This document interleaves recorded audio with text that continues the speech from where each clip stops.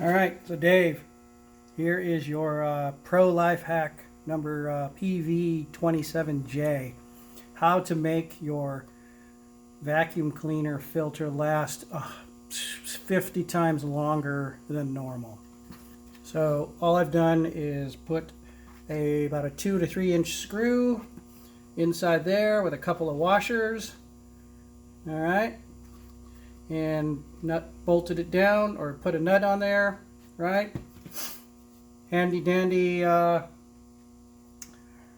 drill. Put that on there, and then you just spin it, and centrifugal force will make all the dust fly out of there. And that's it.